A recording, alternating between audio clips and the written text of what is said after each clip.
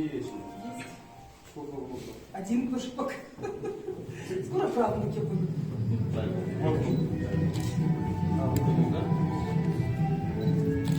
Ну, здоровья вам, крепкого. Тепла. Спасибо.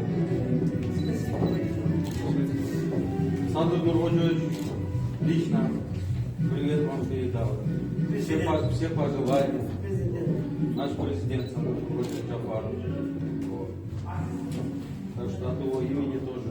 Да? В целом, я думаю, это квартира от всего кыргызского народа.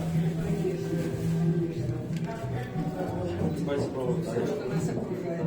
Да. Все. Спасибо большое. Все поддерживают, все благодарят.